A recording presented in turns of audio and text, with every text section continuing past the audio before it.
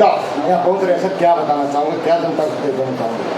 वर्मा जी, मैं आपके चैनल का और हल्का नीलोखेड़ी वासियों का धन्यवाद करता हूँ और कि आज आपने जो सवाल पूछे इसमें ये सच्चाई है कि हरियाणा ये पूछ रहा है 10 साल में भी बीजेपी ने क्या किया। इसमें आज हमारे माननीय सांसद श्री दीपेंद्र सिंह हुड्डा जी आएंगे। उनके नेतृत्व में लाखों की संख्या में लोग यहाँ इकट्ठा होकर पद यात्रा करेंगे।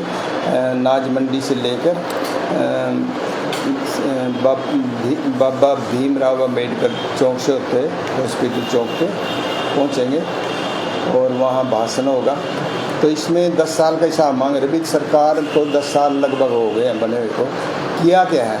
कोई हरियाणा में अलग से इंडस्ट्री आई जिसमें बच्चों को रोज़गार मिले हो? क्या हरियाणा में जो स्कूल थे, बच्चे गरीब लोगों के बच्चे पढ़ लेते, वो स्कूल क्यों बंद किए गए प्राइमरी तक के?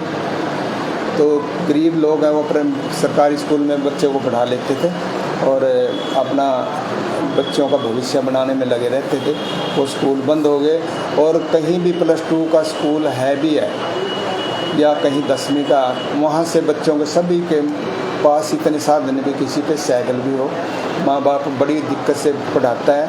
और बस होती थी पहले, बहुत बसें थी। 10 साल के अंदर कौन सी बसें खरीदी गई जो आज हरियाणा में चल रही है? तो बसें कम होगी, बच्चों का भविष्य ख़त्म होता जा रहा है। क्योंकि एक गांव से शहर तक आने में जब बसें नहीं है तो बच्चों को स्कूल आएंगे तो वो लेट हो जाएंगे। अगले दिन डर का हमारा बच्चा स्कूल में जाएगा, फिर माँ बाप को नहीं बताओगे, इस करके बच्चे को भविष्य बहुत ख़राब होने लग रहा है। इसका हिसाब मांगने के लिए तो विधायक जी, आप तो हिसाब मांगते रह जाओगे और भारतीय जनता पार्टी हिसाब देगी नहीं तो क्या करेंगे? ऐसी बात नहीं है। कोई भी पार्टी हो, जब पब्लिक अपने एजिटेशन पे आ जाती है ना, जब पब्लिक जो बच्चे हैं हमारे देश के भविष्य जो, वो उनका जो कैरियर है वही ख़त्म हो जाएगा, फिर पब्लिक क्या करेगी? पब्लिक तो बस्ती में कॉलेज बना था, आज तक भी अधूरा है। आज भी हमारी बेटियाँ स्कूल में पढ़ रही हैं उसके लिए, और आपने वो लड़कों का भी कॉलेज बना दिया शायद, उसमें आज तक भी बिल्डिंग बनी होगी नहीं पूरी अधूरी, और वही स्टेडियम भी वहीं ऐसे का ऐसा लटका पड़ा था। वर्मा जी, एक आधे एरिया को छोड़ के डिस्ट्रिक्ट को, पूरे हरियाणा के कॉलेज जितने भी कह रहे हैं अभी इतने बने थे, सारे अधूरे पड़े हैं। इतने अधूरे पड़े कि शायद त्रोड़ी वाला जो कॉलेज है वो तो 40% ही मुश्किल से बने होगा, और जो बस्तली वाला है वो मेरा ख्याल 15% भी नहीं होया।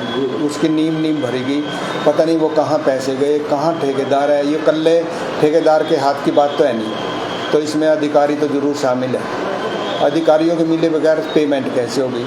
और जब अधिकारियों ने उनको जब बैंक गारंटी वगैरह ले लेते हैं ठेकेदार से, फिर उनको काम क्यों नहीं करवाते? कह के पूरे हरियाणा में, प्रदेश में ऐसी दिक्कत आ रही है। कहीं CSC की आ रही, कहीं PSC की आ रही। सुविधाएं भी है हमारे निस्संग में 0 है जी।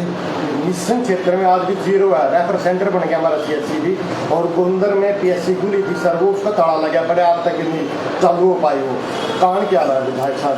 कारण ये रहा, ठेकेदार पता नहीं किसके इशारे पे काम करते हैं, और ठेकेदार के ऊपर कोई बंदिश है नहीं, कोई न कोई कारण है इसमें भी। ठेकेदार क्यों भागते हैं? ये सरकार के आगे तो कुछ भी नहीं। ये सिर्फ गोंदर का ही हॉस्पिटल नहीं, पूरे हरियाणा में मैं कह रहा हूँ। जैसे समाना बहाव में वो PHC थी, CSC, वो देखो उसमें मेरे ख्याल जितने उस पिलर के सरिये खड़े हैं उससे डबल तो वहाँ घास और पेड़ हो गए उसमें। और वो उसे जो लेवल है उसका, जो सड़क बनी है उससे 1 फुट नीचे ही है। और हम गए थे, जब दीवार पे हाथ मार रहे थे, शायद मिट्टी इतनी जल्दी न होती, जैसे रेता फेंके हो ऐसे दीवार पे हाथ लगता है। इतनी जर्जर हालत है, और दोबारा उसका कोई काम नहीं शुरू है। अरे विधायक साहब, 1900 में उप तहसील थी, 1980 में बनी थी, उसके बाद 1981 में और घरोंडा तहसील बनी थी, वो उपमंडल में बन गया। 1900 को आज तक अनदेखी की गई है सभी सरकारों द्वारा। काम क्या रहा सर? ये देखो, जो हालात हो रहे सरकार के, यही नहीं पता भाई किसके सहारे सरकार चल रही है। दफ्तरों में कोई पूरा स्टाफ नहीं, 18,000 रुपये 16,000 रुपये ये चल रहा जो ये कौशल निगम से लग रहे हैं बच्चे, एक इसमें आरक्षण ख़त्म हो गए, ये नहीं पता भी कौन है कौन नहीं, कोई आरक्षण नहीं रहा। और जो बच्चे उन पे 24 घंटे तलवार लटक रही है, अधिकारी कह दे भी काम ये इस तरह करेगा तो मैं खिलाफ लिख दूंगा, डर के मारे उनका भी 24 घंटे सांस सूख क्या रहा है। तो विधायक जी इस जो रैली में कोई कांग्रेस का बड़ा नेता भी आ रहा है? कांग्रेस के बड़े नेता हैं श्री दीपेंद्र सिंह हुड्डा, माननीय MP जो रोहतक से अभी चुने गए हैं। तो ये हरियाणा के युवाओं की दिलों की धड़कन है, अच्छे नेता हैं, आने वाले समय में नेता होंगे। मैं तो ये कहता हूँ सभी साथी मिलके और सारी प्रदेशवासी इस सरकार को बदलो, क्योंकि ये तानाशाही सरकार है। विधायक साहब, आपके प्रयास से निश्चय को BDPO कार्यालय मिल पाया, लेकिन अन्य कार्य क्यों न हो पाए? क्यों, कारण क्या रहा सर? क्योंकि जनता ने आपको 11 दिन में चुन दिया था, आप जनता के विधायक और जनता के लिए कार्य कर रहे हो और आज भी जनता के लिए समर्पित हो। देखिए, हम यही था भाई, जैसे बीजेपी ने निकाल दिए थे, बीजेपी ने हमारा जितना हमने काम करे उसमें हमारा कोई सहयोग नहीं करा। और जब हम बने तो माननीय श्री मनोहर लाल जी ने हमें बुलाया था, हमें यही शर्त थी, क्यों जाना था हमने कांग्रेस में था, कांग्रेस की सरकार बन नहीं रही थी।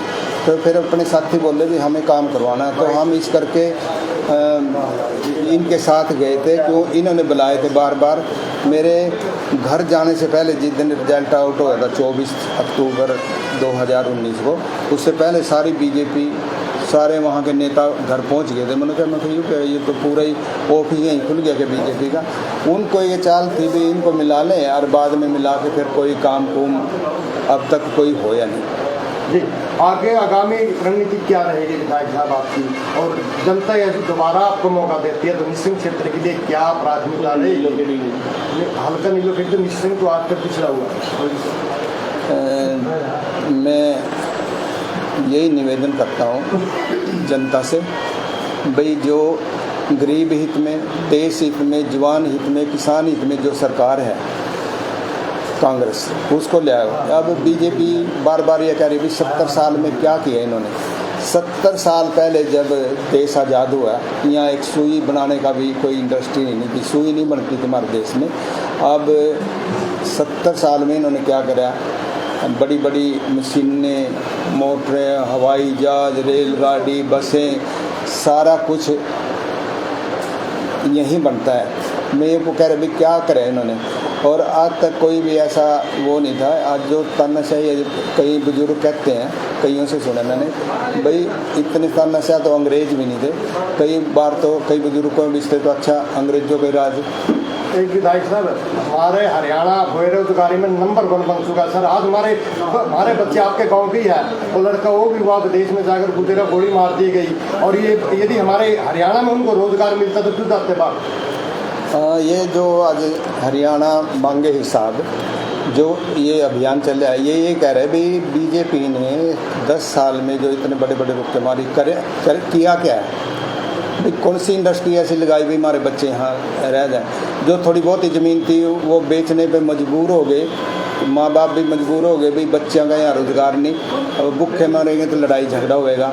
तो उन्होंने अपनी वो ज़मीन भी बेच के बच्चों को बाहर भेज रहे। और बाहर देखो हर रोज़ कोई न कोई खबर आती है, 4 तो पीछे पानी में डूबे, 2 तो मोना गांव में डूबे और एक गोविंदगढ़ के पास, हाँ, और एक चुरनी का 4 बच्चे 2 दिन के अंदर डूबे वहाँ।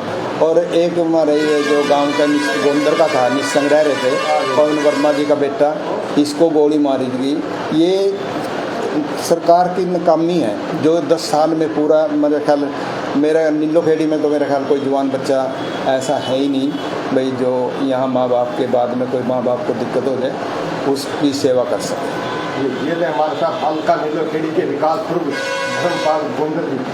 विधायक जी, आपको जो चैनलों पर पोलिंग बूथ हुई थी 80% आपको जीत मिली है, उसको लेकर कुछ कहेंगे जो वोटिंग हुई है? मैं कई हरियाणा की जनता का, नीलोखेड़ी की जनता का, करनाल की जनता का धन्यवाद करता हूँ कि इन्होंने इस सरकार का, बीजेपी सरकार की पोल पट्टी पता लग गया भाई जो कहती है वो होता ही नहीं। तो इसको देखते हुए इन्होंने अपना मूड बना लिया भी हम कांग्रेस की सरकार बनाएंगे और अपने प्रदेश को बचाएंगे। तो आपको वोटिंग में जीत मिली है, 80% आप तो जीतते पड़े हैं, फिर आने वाला समय भी नीलोखेड़ी में विधायक बनकर आएंगे फिर आप? नहीं, ये तो मैं नीलोखेड़ी हल्का की जनता का, छत्ती बिरादरी का एक बच्चे से बुजुर्ग का धन्यवाद करता हूँ। पहले 11 दिन में मेरे वोट दिया, तो मैं तो ये कहता हूँ भाई आपको मेरा काम ठीक लगे हो, मेरा बिहेव ठीक लगे हो, तो अब कांग्रेस आएगी, कांग्रेस में खुले काम होंगे, अच्छे काम होंगे, अच्छे नेता चौधरी जो भी यहाँ के सीएम साहब बनेंगे, चौधरी भूपेंद्र सिंह हुड्डा, तो पहले भी उन्होंने अच्छे काम किए। अब करनाल में देखो कितना पैसा लगे, दिखाई कहाँ दे रहा है। तो मैं जनता से निवेदन करता हूँ कि कांग्रेस को ले आओ। विधायक की जो आज की रैली है वो भी कुछ नया लोगों के लिए छाप छोड़ कर जाएगी। आज यहाँ लाखों की संख्या में लोग इकट्ठे होंगे, हरियाणा मांगे हिसाब, और इससे एक ये आपको पता लग जाएगा भी बदलाव की तरफ है कि नहीं जनता।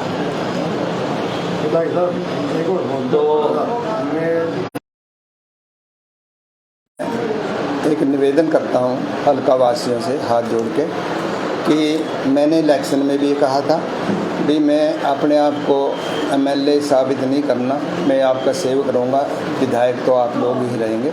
आगे भी मैं यही निवेदन करता हूँ कि मैं एक एमएलए ना बन के, नेता ना बन के आपका सेवक रहूँगा।